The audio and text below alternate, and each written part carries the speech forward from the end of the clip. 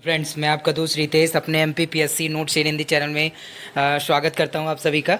तो फ्रेंड्स, आज से हम लोग शुरू करने वाले हैं एक नई सीरीज जो कि होगी वीकली करंट अफेयर्स की। वीकली करंट अफेयर्स मैं अपने चैनल में हर हफ्ते डाला करूंगा, जिसमें हम डिस्कस करेंगे जो भारत से संबंध यानी नेशनल लेवल हो या फिर इंटरनेशनल से रिलेटेड जो भी करंट अफेयर्स के क्वेश्चन जो कि इम्पोर्टेंट है, सिर्फ इम्पोर्टेंट वाले ही हम डिस्कस करेंगे जो कि किसी भी जो कॉम्पिटिटिव एग्जाम में आ सकते हैं। उसके बारे में हम इस वीडियो की जो सीरीज़ आने वाली है उसमें हमेशा हर हफ्ते जो है डिस्कस करेंगे। तो उसी सीरीज़ का ये पहला वीडियो है जो कि 11 अगस्त 2024 से 18 अगस्त के बीच के जो करंट अफेयर्स हुए हैं उनके चीज़ों के बारे में हम इस वीडियो में डिस्कस करने वाले हैं।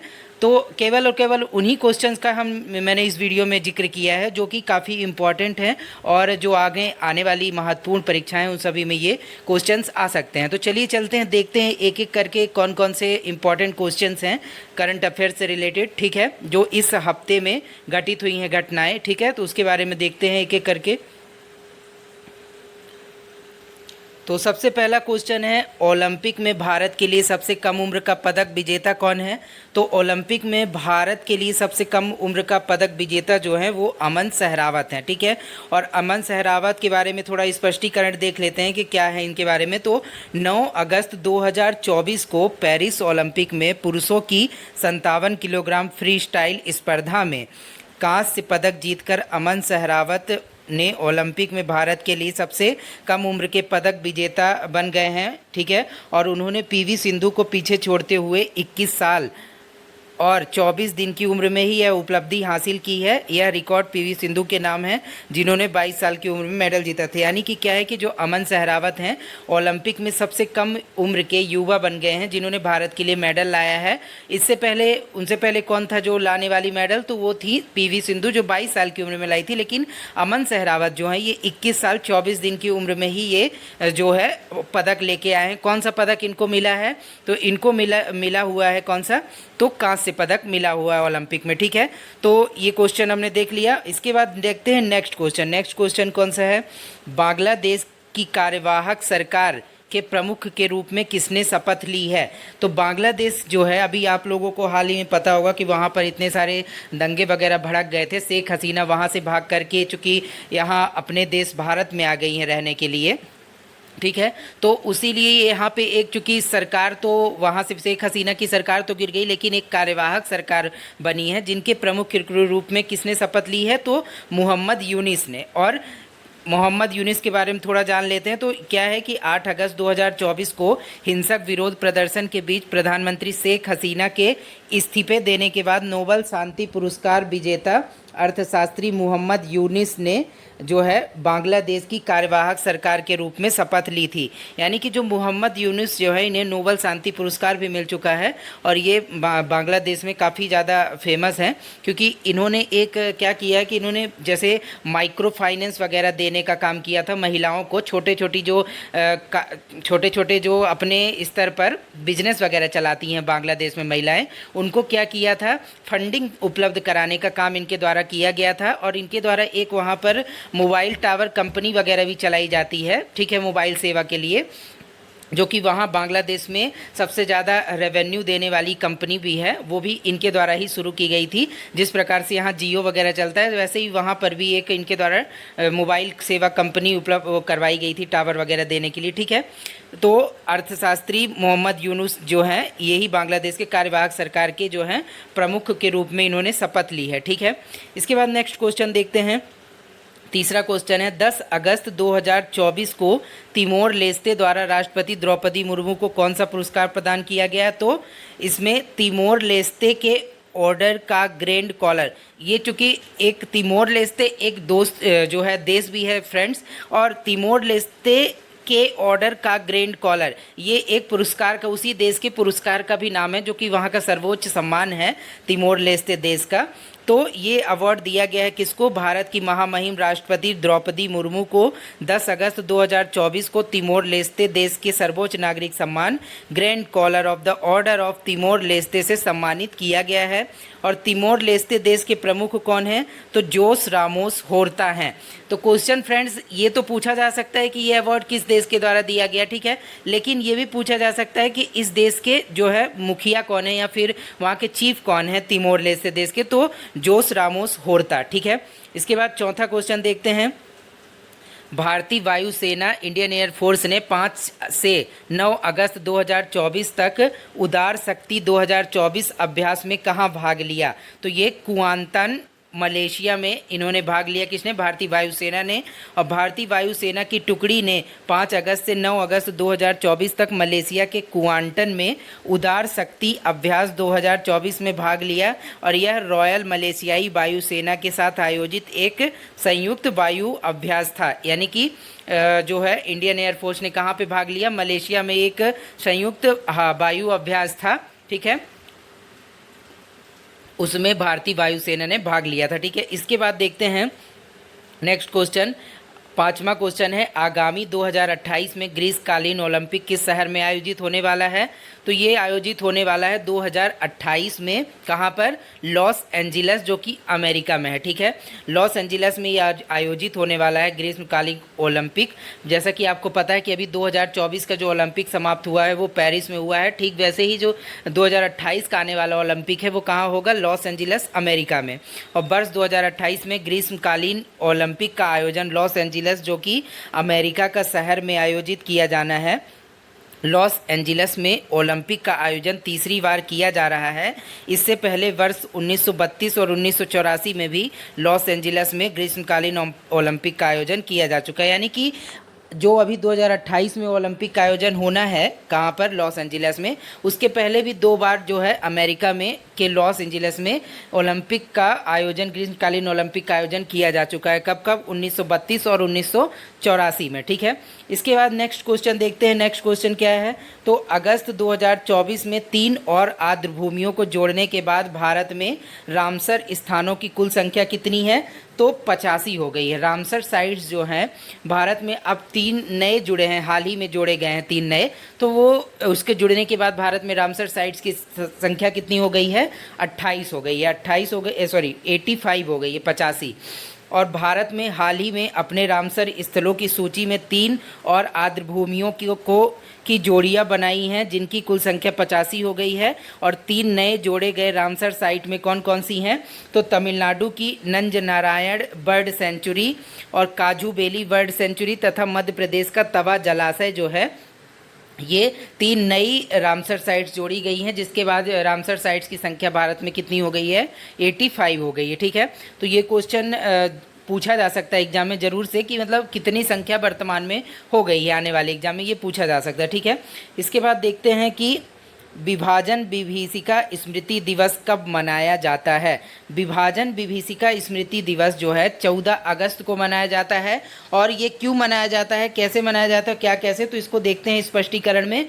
तो विभाजन विभीषिका स्मृति दिवस भारत में 14 अगस्त को मनाया जाने वाला एक वार्षिकी राष्ट्रीय स्मृति दिवस है। और जो 1947 के बाद जो है 1947 के भारत विभाजन के दौरान कई भारतीय लोगों की पीड़ाओं को याद करता है। और पहली बार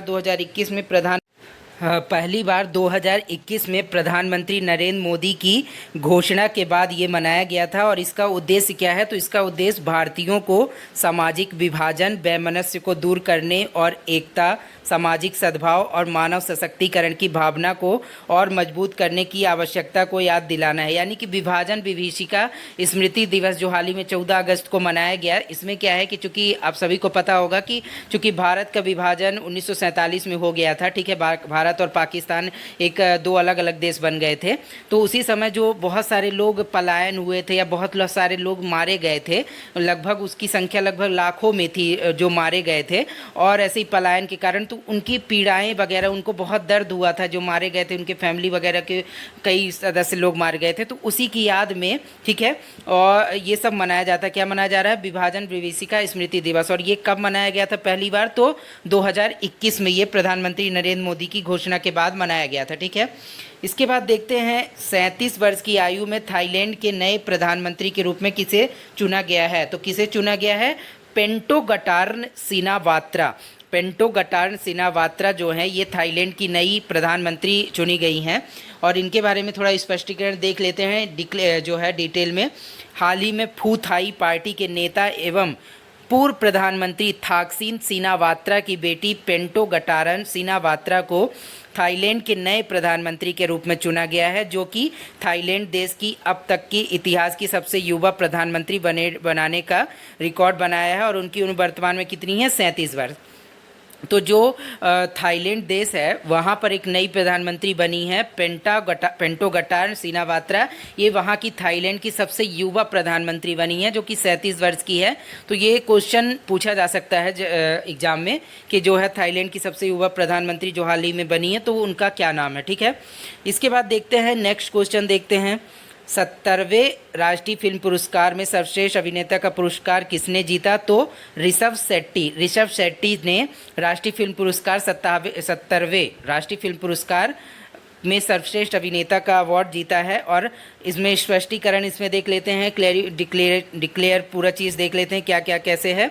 हाल ही में 70वें राष्ट्रीय फिल्म पुरस्कार की घोषणा की गई, जिसमें फिल्म कंतारा के लिए अपनी उत्कृष्ट भूमिका के लिए सर्वश्रेष्ठ अभिनेता का पुरस्कार ऋषभ शेट्टी को दिया गया है। और कंतारा फिल्म को संपूर्ण मनोरंजन प्रदान करने वाली सर्वश्रेष्ठ लोकप्रिय फिल्म का भी पुरस्कार दिया गया है। ठीक है, तो इस प्रकार से ये क्वेश्चन जो इस साल के लिए मतलब कि किसे दिया गया सर्वश्रेष्ठ अभिनेता का पुरस्कार? तो ऋषभ शेट्टी को दिया गया। कौन सी फिल्म के लिए? तो कंतारा के लिए। इसके बाद नेक्स्ट क्वेश्चन देखते हैं। पेरिस ओलंपिक 2024 में किस देश ने जीते सर्वाधिक मेडल? तो सर्वाधिक मेडल जीता किसने? यूएसए ने जीता है। ठीक है, और कैसे कितना कितना क्या जीता है? तो फ्रांस की राजधानी पेरिस में ओलंपिक खेलों के 33वें संस्करण का आयोजन किया गया था। और यह खेल 26 जुलाई से 11 अगस्त 2024 तक आयोजित किया गया, जिसमें दुनिया भर के 10,000 से भी अधिक एथलीट ने भाग लिया 32 खेलों में लगभग। और अमेरिका जो है पेरिस ओलंपिक 2024 में 40 स्वर्ण, 44 रजत यानी कि सिल्वर और 42 कांस्य यानी कि ब्रॉन्ज मेडल जीत करके पदक तालिका में पहले स्थान पर रहा। और दूसरे नंबर पर कौन रहा? तो चाइना रहा कितने मेडल के साथ? टोटल 91 मेडल के साथ चाइना जो है दूसरे स्थान पर रहा पेरिस ओलंपिक 2024 में। ठीक है, इसके बाद देखते हैं नेक्स्ट क्वेश्चन क्या है। पेरिस ओलंपिक 2024 में भारत पदक तालिका में किस स्थान पर रहा? तो 71 यानी कि 71वें स्थान पर भारत रहा पदक तालिका में। चूँकि आप सभी को पता होगा, अगर आप न्यूज़ में बने रहते हैं हमेशा, तो आपको पता होगा कि भारत को इस बार कोई गोल्ड नहीं मिला है। पिछली बार नीरज चोपड़ा जिन्होंने गोल्ड पाया था जेवलिन थ्रो में, इस बार उनको जो है क्या मिला हुआ है? इस बार उनको मिल गया है सिल्वर मेडल। ठीक है, तो इस बार भारत को कोई भी गोल्ड मेडल नहीं मिला है। जबकि ओलंपिक खेलों के 33वें संस्करण का समापन फ्रांस की राजधानी पेरिस में हो गया। और पेरिस ओलंपिक 2024 में भारत ने 1 रजत और 5 कांस्य पदक के साथ कुल 6 मेडल जीते। और भारत के लिए नीरज चोपड़ा ने जेवलिन थ्रो में एकमात्र रजत पदक जीता। और वहीं मनु भाकर ने निशानेबाजी में 2 कांस्य पदक जीते। और भारत पदक तालिका में 71वें स्थान पर रहा। जैसा कि पता है कि गोल्ड मेडल नहीं मिला भारत को, तो सिल्वर मेडल किसने जीता भारत के लिए? नीरज चोपड़ा ने एकमात्र सिल्वर मेडल जीता है। और इसके साथ ही मनु भाकर जो कि एक स्टार प्लेयर के रूप में उभरी, उन्होंने 2 ब्रॉन्ज मेडल जीते, एक जो है इंडिविजुअल कैटेगरी में और एक संयुक्त रूप से उन्होंने ब्रॉन्ज मेडल जीता हुआ है। ठीक है, इस प्रकार से भारत 6 मेडल के साथ जो है 71वें स्थान पर रहा ओलंपिक पदक की टैली में। ठीक है ना, जो है मेडल टैली जो थी उसमें 71वें स्थान पर रहा। ये क्वेश्चन पूछा जाएगा एग्जाम में कि भारत की जो स्थान कितना था ओलंपिक के मेडल टैली में। ठीक है, इसके बाद जो है और अगला क्वेश्चन है, जुलाई 2024 के लिए ICC men's player of the month का पुरस्कार जो है किस खिलाड़ी ने जीता? तो गस एटकिंसन ने जो है ICC men's player of the month का पुरस्कार जीता है।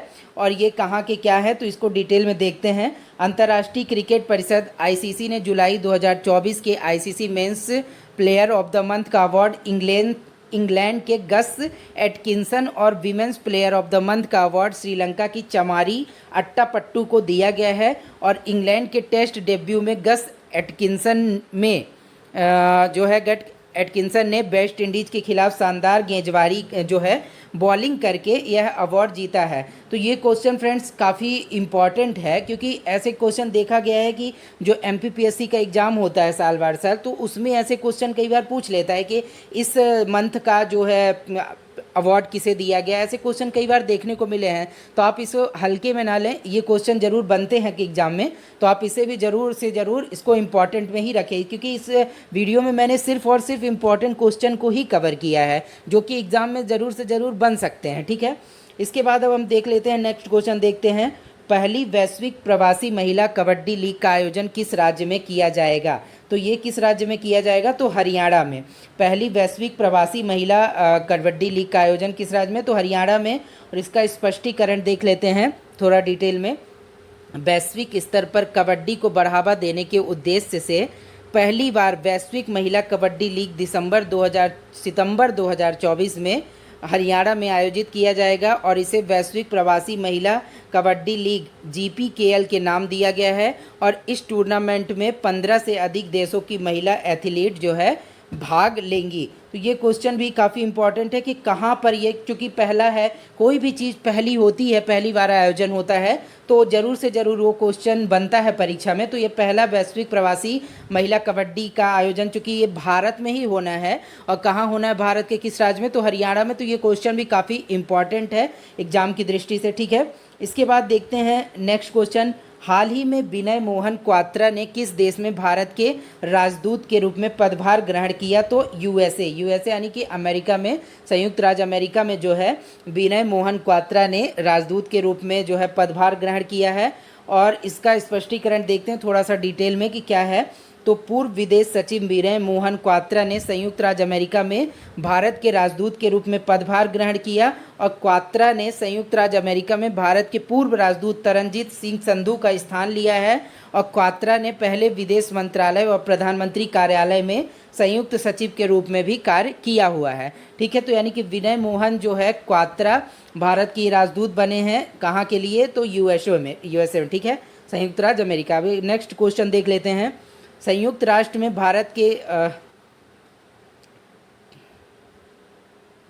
अब देखते हैं नेक्स्ट क्वेश्चन। संयुक्त राष्ट्र में भारत के नए राजदूत के रूप में किसे नियुक्त किया गया? अभी हमने देखा कि अमेरिका में भारत के नए राजदूत कौन बने हैं? तो विनय मोहन क्वात्रा। अब हम देखते हैं कि संयुक्त राष्ट्र यानी कि यूनाइटेड नेशन में भारत के नए राजदूत कौन बने हैं? तो पी हरीश जो हैं ये नए राजदूत बने हैं। कहाँ? संयुक्त राष्ट्र में भारत के नए राजदूत। और इन्होंने किसका स्थान लिया है? तो ये स्पष्टीकरण में अपन देखते हैं। डिप्लोमेट पार्वथ नैनी हरीश को 14 अगस्त को न्यूयॉर्क में संयुक्त राष्ट्र में भारत के अगले राजदूत के रूप में नियुक्त किया गया, और वर्तमान में वह जर्मनी में भारत के राजदूत के रूप में अभी कार्यरत हैं। यानी कि अभी ये लेटेस्ट में कहाँ पर हैं अभी? तो ये जर्मनी में का राजदूत हैं भारत के। ठीक है, लेकिन अब ये संयुक्त राष्ट्र में भारत के राजदूत का पदभार ग्रहण करेंगे। और इन्होंने जो है किसका स्थान लिया है? तो रुचिरा कंबोज, जो कि जून में रिटायर हो गई थी। जून में रुचिरा कंबोज के सेवानिवृत्त होने के बाद से संयुक्त राष्ट्र में भारत के स्थायी प्रतिनिधि का पद खाली था, जिसको अब ये ग्रहण करेंगे पी हरीश। ठीक है, और रुचिरा कंबोज जो हैं ये पूर्व में संयुक्त राष्ट्र में इनके पहले जो है वही थी, राजदूत थी। ठीक है, इसके बाद हम नेक्स्ट क्वेश्चन देखते हैं। प्रवर्तन निदेशालय के नए प्रवर्तन निदेशक के रूप में किसे नियुक्त किया गया? तो राहुल नवीन को नियुक्त किया गया है प्रवर्तन निदेशालय यानी कि ईडी इन्फोर्समेंट डायरेक्टरेट के जो है चीफ के रूप में किसे नियुक्त किया गया है? तो राहुल नवीन को। ठीक है, और नियुक्त स्पष्टीकरण में अपन देखते हैं थोड़ा डिटेल इनका। तो कैबिनेट की नियुक्ति समिति ने IRS अधिकारी राहुल नवीन को नया प्रवर्तन निदेशक नियुक्त किया है, और उनकी नियुक्ति विशेष निदेशक ईडी को कार्यभार संभालने की तारीख से 2 साल की अवधि के लिए किया गया है। और 57 वर्षीय नवीन नवंबर 2019 में विशेष निदेशक के रूप में ईडी में शामिल हुए थे। ठीक है, तो इसके बाद अब हम देख लेते हैं नेक्स्ट क्वेश्चन क्या है। भारतीय पुरुष क्रिकेट टीम के नए गेंदबाजी कोच के रूप में किसे नियुक्त किया गया है? तो नए गेंदबाजी कोच के रूप में किसे नियुक्त किया गया है? तो मॉर्ने मॉर्कल को। मॉर्ने मॉर्कल जो हैं ये भारतीय यानी इंडियन मेंस क्रिकेट टीम के नए गेंदबाजी यानी बॉलिंग कोच के रूप में इन्हें जो क्या किया गया है, अपॉइंट किया गया है। और ये कौन हैं, कैसे हैं, तो दक्षिण अफ्रीका के पूर्व तेज गेंदबाज मॉर्ने मॉर्कल को भारतीय पुरुष क्रिकेट टीम के नए गेंदबाजी कोच के रूप में नियुक्त किया गया है। और भारत के मुख्य कोच गंभीर ने सहायक कोच के रूप में अभिषेक नायर और रयान टेन डोसेट की नियुक्ति की भी पुष्टि की। यानी कि मॉर्ने मॉर्कल जो है ये गेंदबाजी के कोच होंगे भारत के मेंस क्रिकेट टीम के, लेकिन सहायक कोच के रूप में भी 2 लोग अपॉइंट हुए हैं। कौन कौन से, अभिषेक नायर और रयान टेन। ठीक है, इसके बाद नेक्स्ट क्वेश्चन देखते हैं। 18वां क्वेश्चन क्या है, डॉक्टर राम नारायण अग्रवाल का हाल ही में निधन हो गया। वह किस क्षेत्र से जुड़े थे, तो साइंस के क्षेत्र से जुड़े थे। साइंस के क्षेत्र में क्या है, कैसे ये क्या काम किया है इन्होंने, तो स्पष्टीकरण देखते हैं। तो प्रसिद्ध भारतीय वैज्ञानिक और भारत के मिसाइल कार्यक्रम में महत्वपूर्ण भूमिका निभाने वाले अग्रवाल जो है, डॉक्टर राम नारायण अग्रवाल का हाल ही में निधन हो गया है। और रक्षा अनुसंधान में डॉक्टर अग्रवाल के 22 साल के शानदार करियर में उन्होंने पूर्व राष्ट्रपति एपीजे अब्दुल कलाम सहित कई प्रमुख वैज्ञानिकों का भी साथ किया था। यानी कि मतलब डॉक्टर एपीजे अब्दुल कलाम के टाइम पर भी ये जो है उनके सहयोगी भी रह चुके हैं। इनका हाल ही में निधन हो गया। तो ये निधन वाले क्वेश्चन भी कई बार फ्रेंड्स आजकल एग्जाम में कई बार पूछे जा रहे हैं, तो इसको भी आप ध्यान रखिएगा। काफ़ी इंपॉर्टेंट क्वेश्चन है ये भी, ठीक है, और काफ़ी बड़े ये वैज्ञानिक भी थे। और इसके बाद नेक्स्ट क्वेश्चन देख लेते हैं। हाल ही में समाचारों में रही जियो पारसी योजना का प्राथमिक उद्देश्य क्या है। जियो पारसी योजना का प्राथमिक उद्देश्य क्या है, तो पारसी आबादी की घटती प्रवृत्ति को उलटने के लिए। अब इसका अर्थ क्या है, तो स्पष्टीकरण देखते हैं। तो अल्पसंख्यक मामलों के मंत्रालय द्वारा 2013-14 में शुरू की गई जियो पारसी योजना का उद्देश्य भारत में घटती पारसी आबादी को वापस लाना है। इसमें 3 घटक शामिल हैं, चिकित्सा सहायता, समुदाय का स्वास्थ्य और वकालत। यानी कि जो पारसी आबादी भारत में धीरे धीरे घट रही है, उसको आबादी को घटने से रोकना और उनको बढ़ाने के लिए जो है सरकार के द्वारा जियो पारसी योजना चलाई गई थी। और इसमें जो 3 घटक प्रमुख रूप से शामिल है, जिसका हेल्प करके इस योजना को बढ़ावा दिया जाना है। कौन कौन सी 3 चीज़ें शामिल है या 3 घटक, तो चिकित्सा सहायता पारसी समुदाय के लोगों को उपलब्ध कराना यदि उन्हें ज़रूरत है तो, और समुदाय को स्वास्थ्य की जो है सेवाएं उपलब्ध कराना, और वकालत वगैरह से संबंधित जो उनको मान लीजिए किसी भी प्रकार का केस वगैरह से रिलेटेड कोई भी वकालत के संबंध में ज़रूरत है, तो उसके लिए भी वकालत या वकील वगैरह उपलब्ध कराना। इस प्रकार से ये 3 घटक शामिल किए गए हैं। और यह योजना पारसी दंपतियों को चिकित्सा उपचार, बच्चों की देखभाल, बुजुर्गों के समर्थन के लिए वित्तीय सहायता प्रदान करती है। और इसके अतिरिक्त पारसी समुदाय के बीच जागरूकता बढ़ाने के लिए आउटरीच कार्यक्रम आयोजित किए जाते हैं। यानी कि जियो पारसी योजना घटती आबादी को बढ़ाने के लिए या कम घटती या प्रवृत्ति जो है उनकी घटती आबादी है पारसी लोगों की, उसकी रोकने के लिए सरकार के द्वारा ये योजना चलाई गई। इसके बाद अब हम लास्ट क्वेश्चन आज का देख लेते हैं। हाल ही में कौन सा राज्य छात्राओं को सैनिटरी नैपकिन खरीदने के लिए पैसे देने वाला देश का पहला राज्य बन गया है, तो ये मध्य प्रदेश बन गया है। ठीक है, मध्य प्रदेश क्या बन गया है, पहला राज्य जो कि सैनिटरी नैपकिन के लिए पैसे देने वाला भारत का पहला राज्य बन गया है। और मध्य प्रदेश भारत का पहला राज्य बन गया जिसने किशोरियों को सैनिटरी नैपकिन के लिए नगद राशि दी है। यह नगद राशि राज्य की स्वच्छता और स्वास्थ्य योजना का हिस्सा है। और पात्र स्कूली लड़कियों जो कि कक्षा 7 से 12 के बीच हैं को सालाना 300 रुपये इसमें मिलेंगे। और 19 लाख से ज़्यादा छात्र लड़कियों को 57 करोड़ से ज़्यादा की राशि जो है मुख्यमंत्री के द्वारा हाल ही में वितरित की गई है। तो इस प्रकार से मध्य प्रदेश इस तरह से पहला राज्य बन गया है।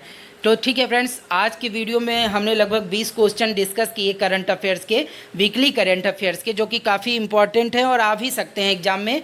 ठीक है, ज़्यादातर संभावना है, इसीलिए मैंने इसमें इंपॉर्टेंट क्वेश्चन को ही लिया है। तो फ्रेंड्स, आज के वीडियो में इतना ही। इसके बाद हम नेक्स्ट वीक में भी मिलेंगे इसी तरह से सीरीज के अगले वीडियो में। तो इसी प्रकार से फ्रेंड्स, हम आने वाले समय में एमपी के भी वीकली करंट अफेयर्स का वीडियो बनाएंगे, जिसमें हम सिर्फ और सिर्फ एमपी के करंट अफेयर्स के बारे में डिस्कस करेंगे। क्योंकि जो भी मेरे चैनल के दर्शक हैं वो ज़्यादातर एमपी के हैं, और जो एमपीपीएससी की तैयारी करते हैं या एमपी के एग्ज़ाम्स की किसी की तैयारी करते हैं, तो वहाँ पर उनके लिए एमपी के करंट अफेयर्स काफ़ी महत्वपूर्ण होते हैं। तो इस प्रकार से हम एक और वीडियो अलग से सीरीज चालू करेंगे एमपी के करंट अफेयर्स की। तो वो जल्द ही मैं वीडियोज़ उसके भी अपलोड करना शुरू करूँगा। तो आज के लिए फ्रेंड्स इतना ही। आप मेरे चैनल में बने रहें, है ना, आगे के वीडियो भी प्राप्त करने के लिए, ठीक है। और अभी तक चैनल यदि सब्सक्राइब नहीं किया है तो चैनल सब्सक्राइब कर लें। ओके फ्रेंड्स, आज के लिए इतना ही। Bye bye.